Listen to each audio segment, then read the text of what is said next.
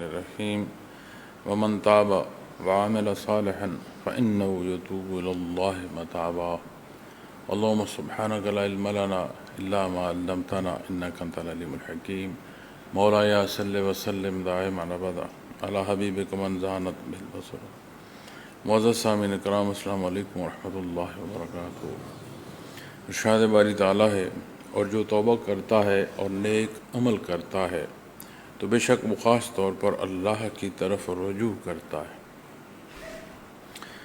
سورہ فرقان کی آیات بیان کی جا رہی ہیں تربیتی کورس میں، اور اللہ جل شانہ نے عباد الرحمن اللہ کے بندے یہ صفات ارشاد فرمائی ہیں، اور یہاں 9 صفات بیان ہیں جن میں سے بقیہ حصہ جو ہے اس سے متعلق گزارشات پیش کی ہیں۔ اور یہاں وہ صرف جو ظلماً کسی کا قاتل نہیں ہے اور جو برائی اور بے حیائی میں سے بچتا ہے، اس حوالے سے ارشاد فرمایا جا رہا ہے۔ اس سے پیشتر آیا کریمہ میں یہ ارشاد فرمایا گیا کہ جو یہ ظلم اور برا کام کرے گا تو اسے قیامت کے دن اس کے عذاب جو ہے وہ بڑھتا چلا جائے گا اور ہمیشہ کے لیے ذلیل ہو خوار ہوگا۔ قرآن کریم ارشاد فرماتے ہیں یضاعف لہ العذاب یوم القیامت ویخلد فیہ مہانا، عذاب بھی بڑھے گا اور ذلیل اور خوار ہوتا رہے گا۔ اللہ کریم کی ذات غفور الرحیم ہے، مگر جو شرک و گناہ سے توبہ کر لے اور ایمان بھی لائے یعنی عقیدہ درست کر لے اور نیک کام کرتا رہے تو اللہ ایسے لوگوں کو ان کے گناہوں کی جگہ نیکیاں عطا فرمائیں گے، اور اللہ تو بخشنے والے مہربان ہے۔ وَقَانَ اللَّهُ غَفُورٌ رَحِيمًا۔ یہ ایسا خوبصورت رشتہ ہے کہ اللہ کریم خالق اور مخلوق کے مابین اور یہ جو بحثیت بندگی یہ رشتہ سما جائے، نصیب ہو تو سارے مسائل کا حل ہے، سارے سوالات کا جواب ہے، اور اتنا مضبوط رشتہ ہے کہ کسی طرح کا کوئی وسوسہ اس پر کارگر نہیں ہو سکتا، کوئی شیطان کی شیطنت اس پر اثر انداز نہیں ہو سکتی۔ نفسانی خواہشات کے بارگاہ عاجزی سے ہٹ کر جو کوئی نفسانی خواہشات کی پیروی کرتا ہے، اس کی نشاندہی بھی قرآن کریم نے فرمائی ہے، بندہ اس سے محفوظ رہتا ہے، گرد و پیش کے حالات سے محفوظ رہتا ہے۔ اور کیوں محفوظ نہ رہے؟ اگر ایک عام سا کپڑا چھتری کی صورت میں برستی بارش سے بھیگنے میں حفاظت کا سبب ہو سکتا ہے تو یہ تو رشتہ بندگی کا ہے اور رشتہ اللہ رب العالمین سے۔ کوئی ایک شے کسی ایک طرح کی سہولت کا سبب ہو سکتی شے، اور یہاں بات ہو رہی ہے اللہ رب العالمین کی، تو جو اس کا مخلص بندہ ہے تو یہ تو شیطان بھی گواہی دے کر اعلان کر کے آیا اپنی شیطنت کی ابتدا میں، یا اللہ جو تیرے مخلص بندے ہیں ان کا میں کچھ نہیں کر سکتا۔ اور پھر اللہ جل شانہ نے ارشاد فرمایا کہ تو میرے مخلص بندوں کا کچھ نہیں بگاڑ سکتا، اصل فرمان تو اللہ کا۔ ہمیں اس مردود کی شہادت کی تو ضرورت نہیں، لیکن نقطہ عرض کر رہا ہوں کہ وہ جو ہر لمحہ اسی کاوش میں ہے کہ اس انسان کو جسے اللہ نے افضل الخلق پیدا فرمایا ہے اسے میں جانور سے بدتر مقام پر پہنچاؤں، لیکن وہ مجبور ہے اس رشتے اور اس رشتے کی جو اصل ہے اسے ماننے۔ اور آج کی آیہ کریمہ میں اللہ رب العالمین نے جو ارشاد فرمایا نا وَمَن تَابَ وَعَمِلَ صَالِحًا فَإِنَّهُ يَتُوبُ إِلَى اللَّهِ مَتَابًا، کہ جو توبہ کرتا ہے۔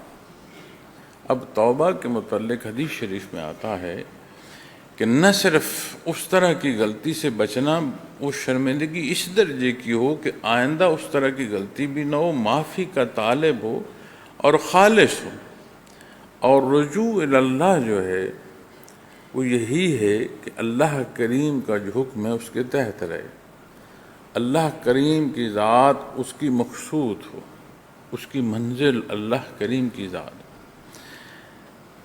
اپنی زندگی سے مثالیں اور بالعموم زندگی سے مثالیں اگر آپ غور فرمائیں تو یہ وہ حصہ ہوتا ہے جس سے سمجھنا آسان ہوتا ہے۔ قرآن کریم سے دیکھیں تو قرآن کریم جب سابقہ اقوام کے متعلق ارشاد فرماتا ہے، ان کے حالات بیان فرماتا ہے، تو جو عمل ہے، جو مزاج ہے، جو سوچیں تھیں، وہ ساری حصے وہ عملی حصے کے بیان فرماتا ہے۔ تو اسی لیے جب ہمیں سمجھنا ہو تو ہمارے لیے سمجھنا آسان ہے کہ ہم اپنی زندگی کے معمولات سے سمجھیں اور یہ احساس رکھیں کہ مسافر تو ہوں، کس راہ کا ہوں، اور ہمہ وقت زندگی جو ہے اس میں سوال رہے گا، اس میں جواب کی ضرورت رہے گی۔ ہر جگہ ہر سوچ کے ساتھ سوال اٹھے گا، ہر جگہ ہر سوچ کے ساتھ ایک جواب ہوگا۔ تو یہ جو حیات کے سوال اور جوابات ہیں، یہ کیا ہو رہے ہیں؟ تو جب ہم اپنی زندگی سے دیکھتے ہیں تو دعوی ایمانی کے ساتھ جو بدعمالیاں اور اللہ معاف فرمائے کہ اس کا احساس نہ رہے اور بندہ اس خوش فہمی میں رہے کہ میرا دعوی ایمانی بھی ہے اور جیسا اللہ کریم نے مجھے رکھا ہے ایسا ہی میرا حق بنتا ہے اور آخرت میں بھی میری ہی ہوگی، تو یہ صورت اور حالت قرآن کریم نے کتنی لوگوں کی بیان فرمائی، اور جن لوگوں کی یہ حالت بیان فرمائی ہے کیا وہ درست بیان فرمائے گئے ہیں؟ ان کے حالات قرآن کریم نے ان کی اس منفی سوچ کی قرآن کریم نے وضاحت ارشاد فرمائی۔ اگر اس نسبت کی کوئی سوچ لے کر بیٹھے گا تو پھر کیا نتائج ویسے نہیں ہوں گے جیسے قرآن کریم نے بیان فرمایا؟ تو میں اکثر عرض کرتا ہوں کہ اپنی زندگی سے مثال لی جائے، کیونکہ ہماری ہی زندگی میں اعمال ہیں، ہماری ہی زندگی میں نیتوں کا اطلاق ہے، اور وہ اعمال ہمارے لیے لکھے جا رہے ہیں کہ ہم کیا کریں۔ تو جب بات توبہ کی آتی ہے تو حدیث شریف میں نہ صرف توبہ اللہ کریم کے حضور کرنا بلکہ ندامت و شرمندگی کا یہ درجہ ہو کہ آئندہ بندہ اس عمل بد سے بچے۔ اور توبہ میں ایک علماء جو بحث فرماتے ہیں اس حوالے سے، وہ فرماتے ہیں کہ توبہ میں کبھی یہ نہ کہو کہ میں وعدہ کرتا ہوں کہ آئندہ ایسا نہیں ہو۔ کمزور ہو، اپنی کمزوری کا احساس توبہ میں بھی رکھو۔ توبہ جو کر رہے ہو وہ پہلے کی گئی کمزوری کی توبہ کر رہے ہو اور پھر اپنے آپ پر انحصار کر رہے ہو۔ بات یا نقطہ جو عرض کر رہا ہوں یہ توبہ کے حوالے سے تو کر رہا ہوں، لیکن نقطہ ذات عرض کر رہا ہوں کہ میں وعدہ کرتا ہوں۔ اب جب لفظ میں کی طرف بات آئے گی تو کمزوری ہے، اتنا اعلیٰ ہوتا تو پہلے معافی پر کیوں کھڑا ہے؟ تو یہاں بھی جب بات آئے تو اللہ کریم سے اصلاح کی توفیق مانگنی چاہیے، اللہ کریم سے حفاظت مانگنی چاہیے کہ عمل بد سے محفوظ رکھے۔ تو جو اپنی جستجو ہے اور اپنی کوشش ہے وہ یہ ہے کہ بندہ بچے، اپنی پوری کوشش کرے، لیکن نسبت اللہ کی طرف رکھے کہ اللہ توفیق عطا فرمائے، اللہ کریم قوت عطا فرمائے۔ ومن تاب، اور توبہ سے مراد یہ نہیں ہے کہ جو کچھ کیا توبہ کی، الفاظ ادا کی اور پھر خوش فہمی میں چلے گئے اب جو مرضی کرتا رہوں۔ اگر توبہ اسی طرح کے عمل بد سے بچنے میں مدد نہیں دے رہی تو پھر دیکھیں کیا توبہ کی بھی ہے کہ نہیں۔ آج ہم لوگوں میں اپنے معاملات میں، کاروباری حیات میں کتنی مواقع ایسے آتے ہیں، عزیزداری میں، کہ جی مجھ سے غلطی ہوگی، لیکن وہ الفاظ ہمارے لیے معنی نہیں رکھتے۔ ہم اس موقع کو گزار رہے ہوتے ہیں۔ وہ جو کٹہرے میں اپنا آپ کھڑا نظر آتا ہے بس اس کٹہرے سے نکلنا چاہتے ہیں۔ تو یہ تو مخلوق کے مابین رشتہ ہے، اور اس طرح کے رویوں نے معاشرے میں تعفن پیدا کر دیا، گھر گھر نہیں رہے، رشتے رشتے نہیں رہے۔ تو یہی معاملہ اللہ کی نسبت کرو گے، پروردگار عالم کی طرف کرو گے۔ تو مخلوق ساری محتاج ہے، وہ تو بے نیاز ہے، محتاج تو تو ہے۔ تو ہماری زندگیوں میں بے شمار کمزوریاں ہیں، نیکی کی نسبت چلتے ہوئے پھر کمزوریاں ہیں۔ عمل صالح کی ادائیگی میں کتنی پہلی کمزوریوں کے ہیں کہ اگر صرف انہی پر گرفت آ جائے تو جواب محال ہے، جواب ہو نہیں سکتا۔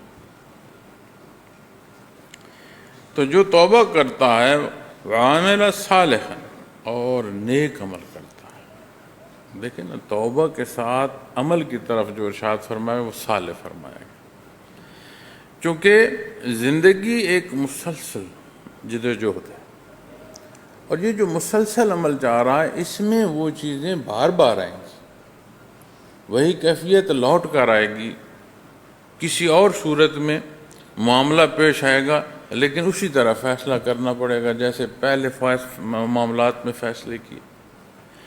تو عمل صالح، توبہ اصلاح کا سبب۔ توبہ سے مراد صرف یہ نہیں ہے کہ جو گزرا اس کی معافی ہو، توبہ کا یہ مقام ہے کہ اس معافی کی طالب اس درجے کی طلب بڑھے، آئندہ آنے والا جو وقت ہے، جو معاملہ پیش آ رہا ہے، اس میں اصلاح رہے۔ قرآن کریم آمنو کے ساتھ، ایمان کے ساتھ عمل الصالحات بیان فرماتا ہے، کہ عمل صالح، تو یہاں بھی توبہ کے ساتھ متصل بیان فرمایا گیا وعمل صالحا، تو عمل صالح فإنه يتوب إلى الله متابا،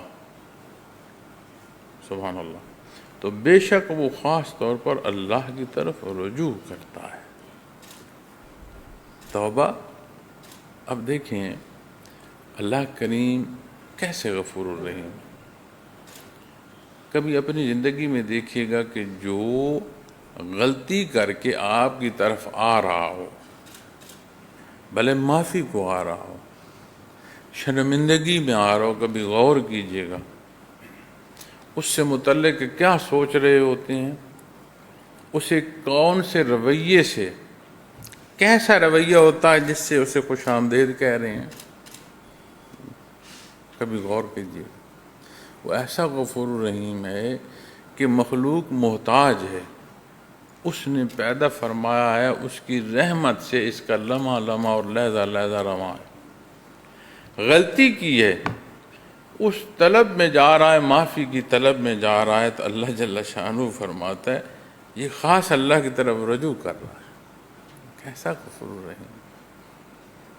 ہماری طرف ہم سے کوئی غلطی کر کے آ رہا ہو تو ہماری نفرت جو ہے وہ دیدنی ہوتی ہے، ہماری تلخی جو ہے اس کے لیے الفاظ نہیں ہے، کیسی ہوتی ہے۔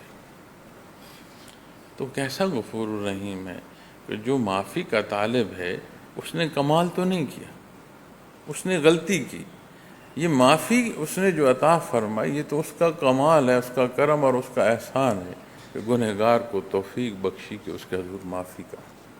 پھر جو معافی کو جا رہا ہے وہ فرما رہا ہے یہ خاص رجوع کر رہا ہے،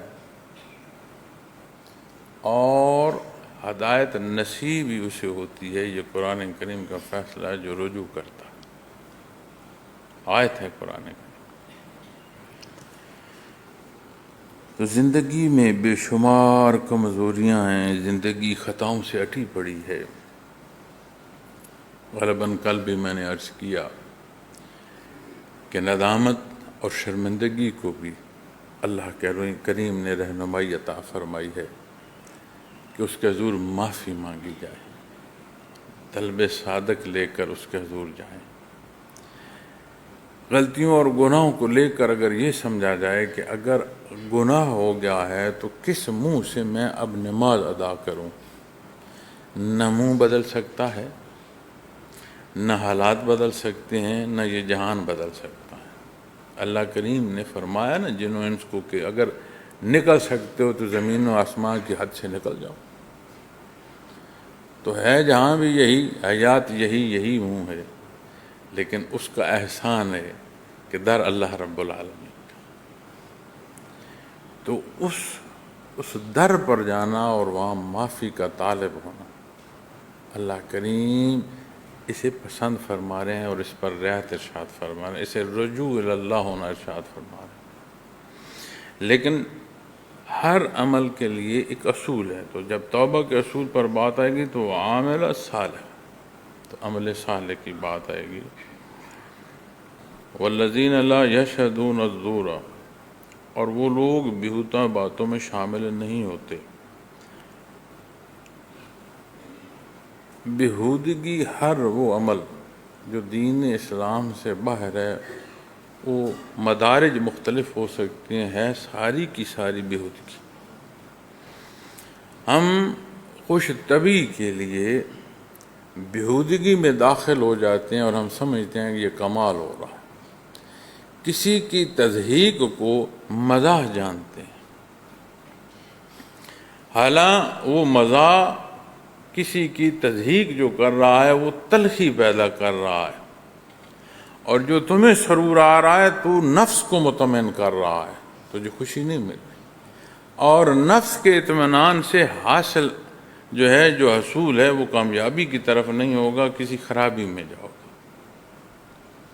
قرآن کریم یہ بھی بیان فرماتا ہے کہ تمہارے درمیان جو تلخی بات آتی ہے، جو تضحیک کے پہلو آتے ہیں، یہ شیطان تمہارے اندر نفاق ڈالتا ہے۔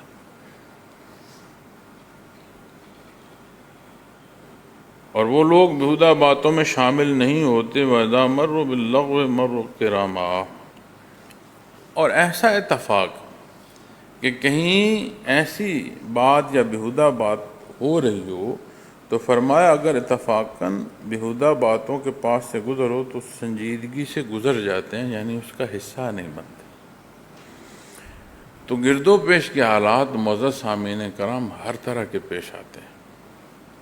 یہ زندگی ایک ایسا عمل ہے کہ ہر طرح کے پہلو سے گزرنا پڑتا ہے، اور حیرانگی ہوتی ہے کہ کئی بار اس فانی جہان کی فانی حصوں پر اس درجے کا اعتماد ہوتا ہے کہ جب وہ